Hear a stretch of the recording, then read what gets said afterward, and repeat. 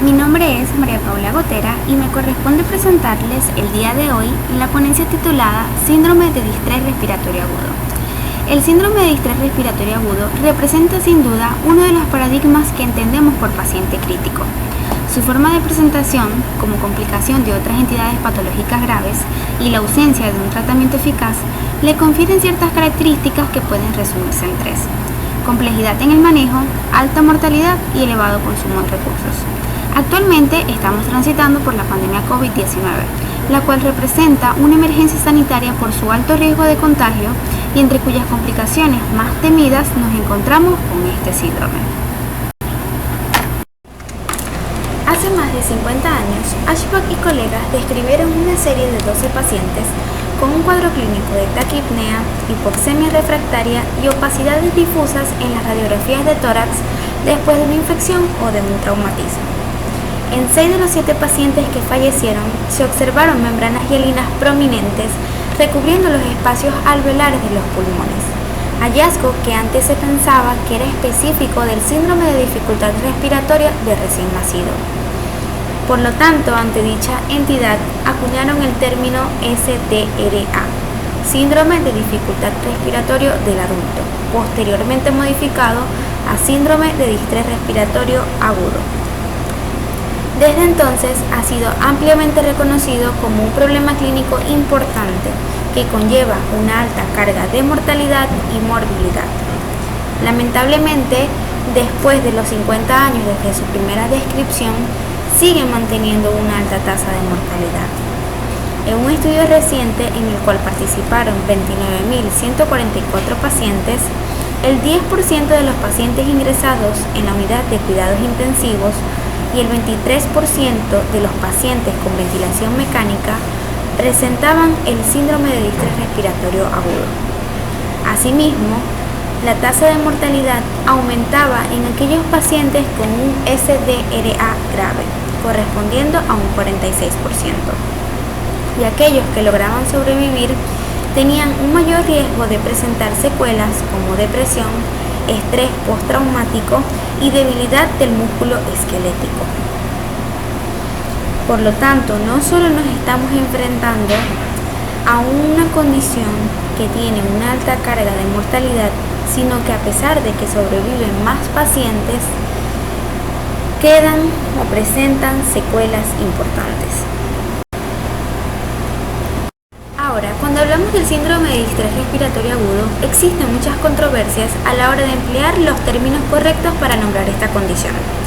Empezamos con su definición en inglés, ARDS, Acute Respiratory Distress Syndrome, que es evidentemente una forma adecuada de decirlo.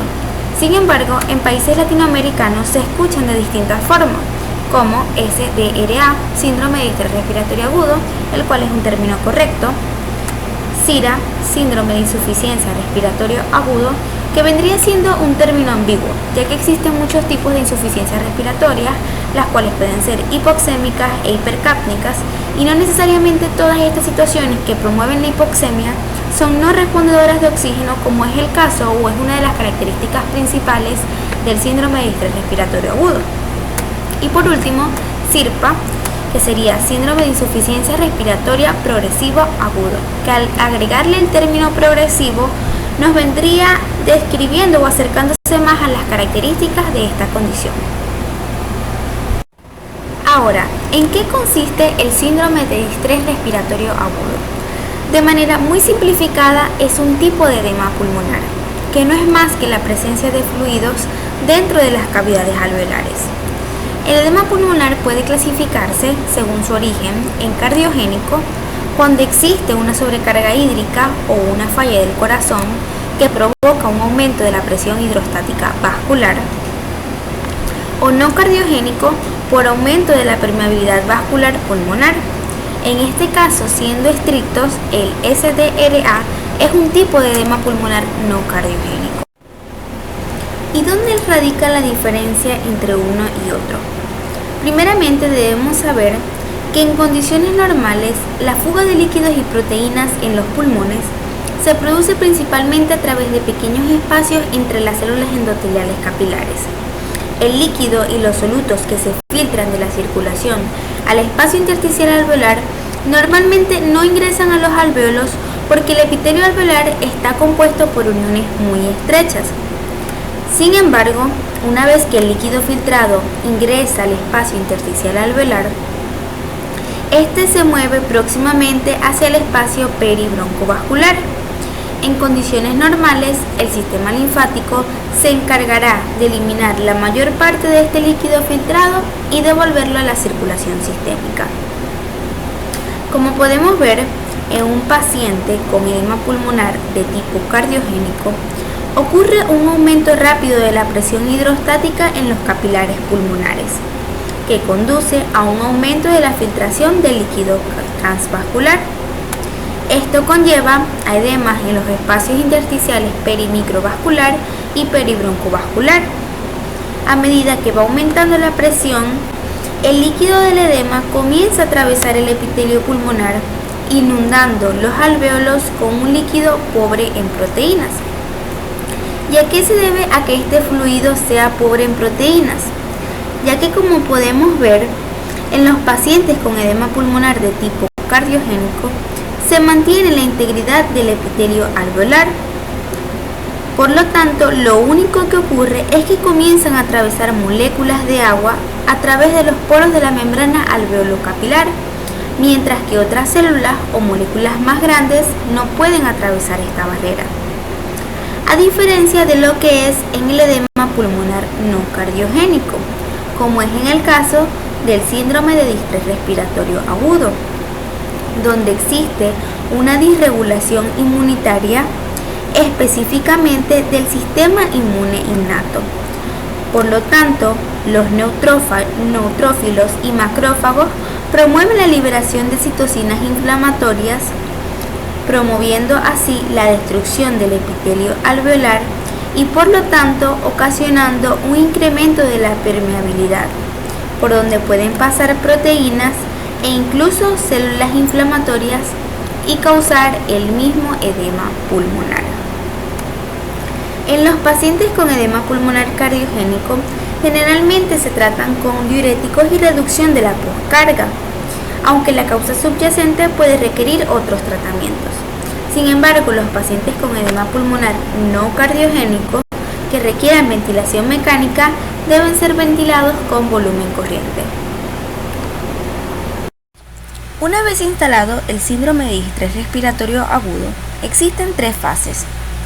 Una fase inicial, llamada exudativa, donde existe la mayor actividad inflamatoria como respuesta inicial a la lesión pulmonar, caracterizado por daño innato mediado por las células inmunitarias y acumulación del líquido de edema rico en proteínas. La segunda fase, o fase proliferativa, la cual tiene como objetivo restaurar la homeostasis tisular y se caracteriza por la expansión transitoria de fibroblastos residentes y la formación de una matriz provisional, así como la proliferación de células progenitoras de las vías respiratorias y células epiteliales alveolares tipo 2.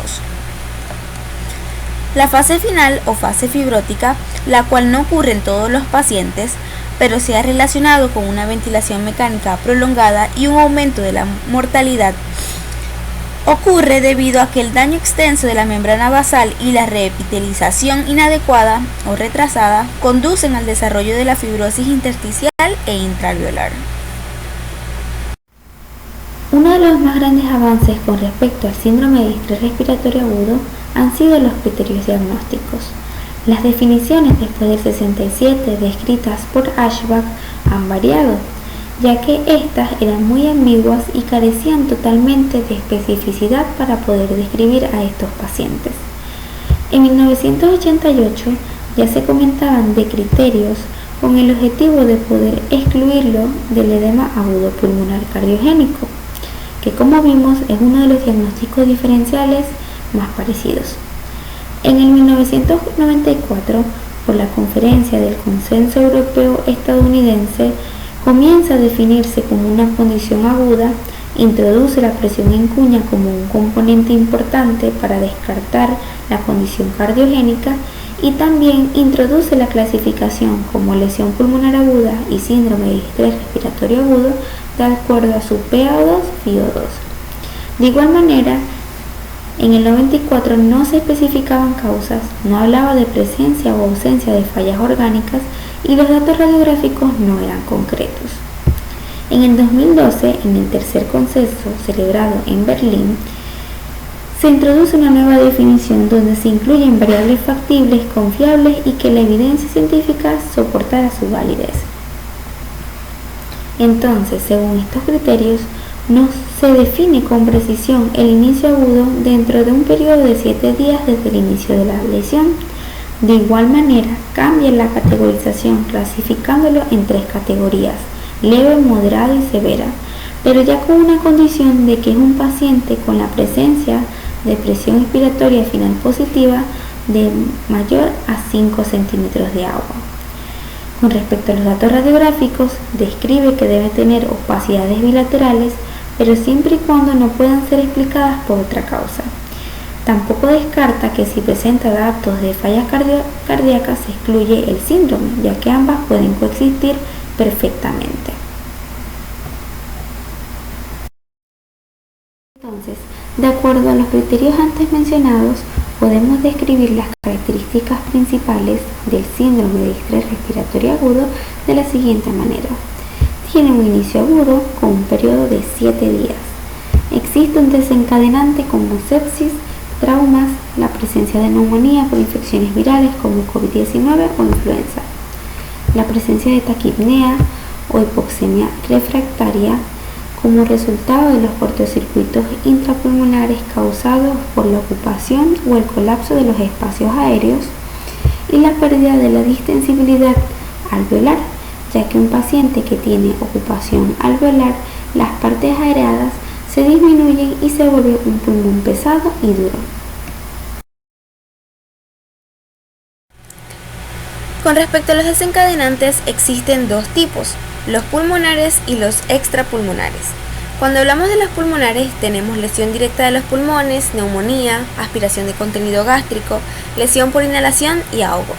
También existen factores indirectos, que es cuando hablamos de los desencadenantes extrapulmonares como sepsis, trauma o shock hemorrágico, pancreatitis, sobredosis, lesión por quemaduras graves y transfusión de sangre. Pero las principales causas realmente, que incluso representan el 88% de los casos, son las neumonías, la sepsis y la aspiración del contenido gástrico. Finalmente, cuando hablamos acerca del manejo terapéutico, a pesar de las décadas de investigación, las terapias para el síndrome de estrés respiratorio agudo siguen siendo notablemente limitadas. La ventilación mecánica es el pilar del tratamiento, con estrategias fisiológicas dirigidas a reducir la lesión pulmonar inducida por el ventilador, minimizando el estrés y la tensión pulmonar. Los componentes principales de la ventilación protectora pulmonar en estos pacientes son una ventilación con volumen tidal bajo para prevenir la hiperinflación tidal y la aplicación de presión expiratoria final positiva para prevenir el atelectrauma. En un ensayo de control aleatorizado de ARDSNet publicado en el 2000, en el que participaron 861 pacientes, se mostró una reducción significativa de la mortalidad en aquellos pacientes tratados con volúmenes corrientes más bajos en comparación con los pacientes tratados con volúmenes tradicionalmente altos. Es importante destacar que cuando se utilizan volúmenes tidales bajos para la ventilación protectora de los pulmones, a menudo nos encontramos con una hipercapnia resultante de la ventilación minuto baja. La hipercapnia permisiva es un concepto que permite un nivel más alto de lo normal de dióxido de carbono arterial para que pueda continuarse la ventilación protectora de los pulmones. Estudios anteriores no han definido niveles permitidos seguros de dióxido de carbono arterial o un límite inferior de pH para la acidosis metabólica. Sin embargo, la mayoría de los expertos sugieren una continua ventilación protectora pulmonar y el tratamiento de la acidosis metabólica con bicarbonato de sodio cuando el nivel del pH es inferior a 7,2. En conclusión, se recomienda encarecidamente utilizar ventilación protectora pulmonar con un volumen corriente de 4 a 8 ml por kilogramo de peso en todos los pacientes con síndrome de estrés respiratorio agudo. Con respecto a la aplicación de presión expiratoria final positiva, esta ayuda en el reclutamiento alveolar, previene el posterior colapso de las unidades pulmonares difíciles de reclutar y por lo tanto mejora la oxigenación y reduce el estrés y la tensión pulmonar. Los riesgos potenciales asociados al uso de esta terapia incluyen lesiones por sobredistensión alveolar, aumento de la derivación intrapulmonar, aumento del espacio muerto y una mayor resistencia vascular pulmonar. Sin embargo, es recomendada en todos los pacientes con este síndrome.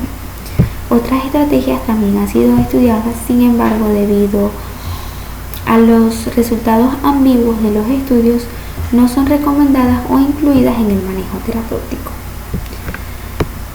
Asimismo, durante las últimas 2 décadas se han estudiado múltiples agentes farmacológicos en el tratamiento de estos pacientes. El mecanismo propuesto de estos agentes incluyen disminuir la cascada inflamatoria, afianzar la recuperación de los alvéolos lesionados o reducir la desincronía del ventilador. Los bloqueadores neuromusculares y los corticosteroides sistémicos son los agentes más estudiados en este aspecto. El mecanismo de acción propuesto para los agentes bloqueadores neuromusculares aún no está claro y es hipotético. Sin embargo, se cree que como los pacientes con síndrome de distrés respiratorio agudo tienen una alta carga inflamatoria, una tasa metabólica más alta e hipercapnia debido a la ventilación con bajo volumen corriente, tienen un mayor riesgo de desincronización paciente-ventilador y posteriormente barotrauma y volutrauma. Por lo tanto, el uso de estos puede lograr una mejor sincronía entre el paciente y el ventilador, y además se considera que si son utilizados al inicio de este síndrome pueden ayudar a disminuir las respuestas proinflamatorias. Por lo tanto, su uso en pacientes con síndrome de distrés respiratorio agudo debe individualizarse en función a la experiencia del médico, los protocolos de las instalaciones y la disponibilidad del equipo personal. Con respecto a los corticosteroides sistémicos, debido a su potente actividad inflamatoria, han sido de gran interés. Su administración temprana, dentro de los 14 días posteriores al inicio del síndrome de distrés respiratorio agudo, puede reducir la duración de la ventilación mecánica y la mortalidad general. Sin embargo, debe considerarse en estos pacientes siempre que no hayan contradicciones. Otros agentes farmacológicos como los vasodilatadores inhalados, la aspirina, el salbutamol intravenoso, el factor de crecimiento de queratinocitos han sido estudiados, sin embargo no han mostrado ningún beneficio. Por último, tenemos las intervenciones no farmacológicas, entre las cuales la principal y la más recomendada es el posicionamiento en decúbito de prono.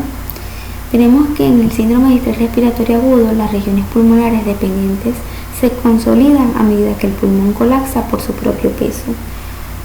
Este fenómeno se ve agravado por el peso del corazón que comprime las regiones pulmonares adyacentes.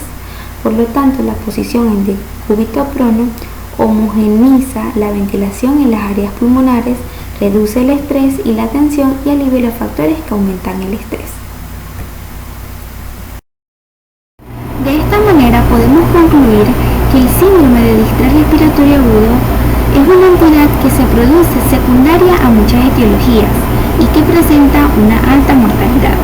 Asimismo, resulta fundamental el entendimiento tanto de su fisiopatología, su definición y su presentación clínica, y de esta forma poder iniciar, dirigir tratamientos y evitar que el paciente entre en la fase fibroproliferativa, la cual ocasiona complicaciones irreversibles.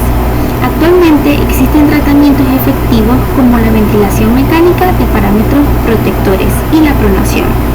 Sin embargo, se siguen realizando estudios para poder encontrar otras vías de mejorar la sobrevida de los pacientes con síndrome de distrés respiratorio agudo.